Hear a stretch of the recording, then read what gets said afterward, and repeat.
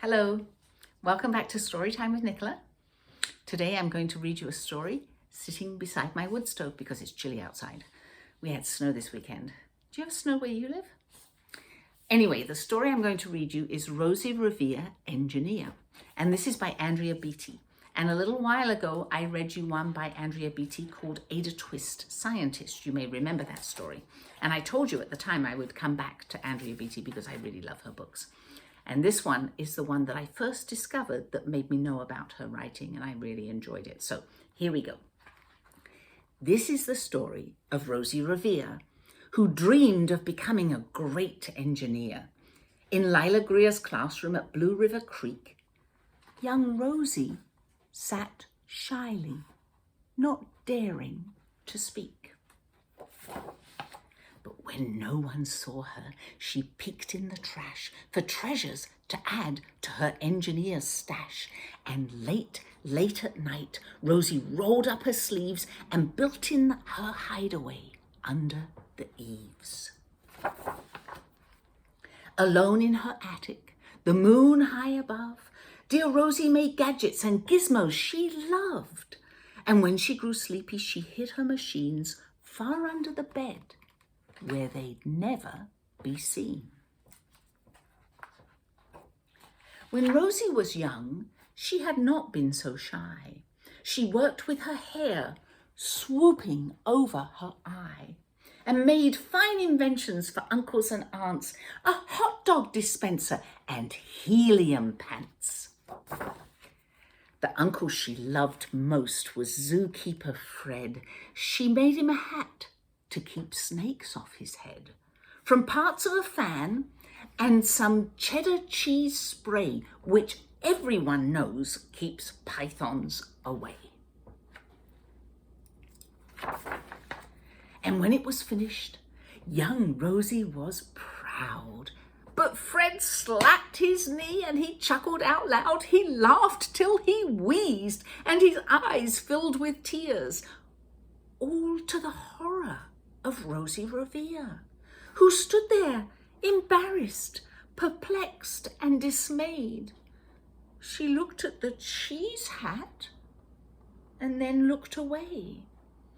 "I love it," Fred hooted. "Oh, truly I do." But Rosie Revere knew that could not be true. She stuck the cheese hat on the back of her shelf and after that day kept her dreams to herself. And that's how it went until one autumn day, her oldest relation showed up for a stay. Her great-great-aunt Rose was a true dynamo who'd worked building airplanes a long time ago. She told Rosie tales of the things she had done and goals she checked off her list one by one. She gave a sad smile as she looked to the sky. "The only thrill left on my list is to fly. But time never lingers as long as it seems. I'll chalk that one up to an old lady's dreams." That night, as Rosie lay wide-eyed in bed, a daring idea crept into her head. Could she build a gizmo to help her aunt fly? She looked at the cheese hat and said, "No, not I." But questions are tricky, and some hold on tight, and this one kept Rosie awake through the night. So when dawn approached and red streaks lit the sky, young Rosie knew just how to make her aunt fly.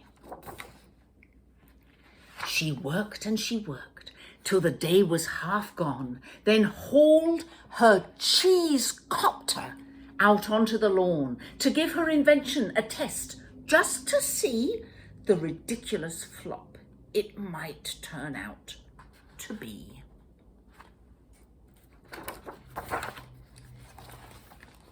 Strapped into the cockpit, she flipped on the switch. The helio cheese copter sputtered and twitched. It floated floated a moment and whirled round and round, then froze for a heartbeat and crashed to the ground. Then Rosie heard laughter and turned round to see the old woman laughing and slapping her knee. She laughed till she wheezed and her eyes filled with tears, all to the horror of Rosie Revere, who thought, "Oh no, never, not ever again will I try to build something to sputter or spin, or build with a lever, a switch or a gear. And never will I be a great engineer." She turned round to leave, but then Great-Great-Aunt Rose grabbed hold of young Rosie and pulled her in close and hugged her and kissed her and started to cry. "You did it! Hooray! It's the perfect first try. The great flop is over. It's time for the next." Young Rosie was baffled, embarrassed, perplexed. "I failed," said dear Rosie. "It's just made of trash. Didn't you see it? The cheese copter crashed." "Yes," said her great aunt, "it crashed, that is true. But first, it did just what it needed to do. Before it crashed, Rosie, before that, it flew. Your brilliant first flop was a raging success. Come on, let's get busy and on to the next." She handed a notebook to Rosie Revere, who smiled at her aunt as it all became clear. Life might have its failures, but this was not it. The only true failure can come if you quit. And that's my favorite reason for liking this book, because you should never give up with an idea. It doesn't matter if it's not successful the first time. And do you want to know a secret? Well, it's not really a secret because everybody figures it out after a while.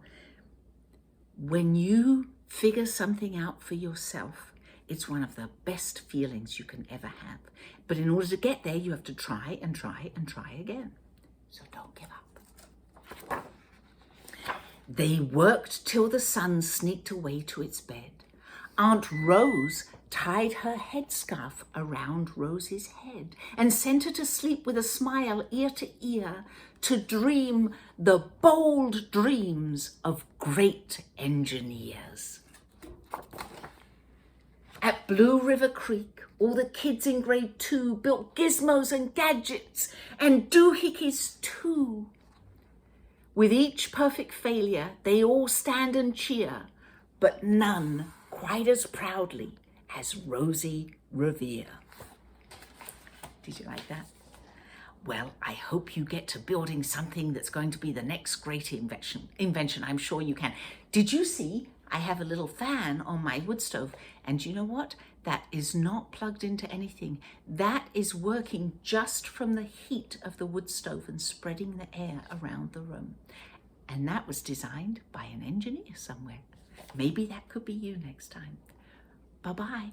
Till next time.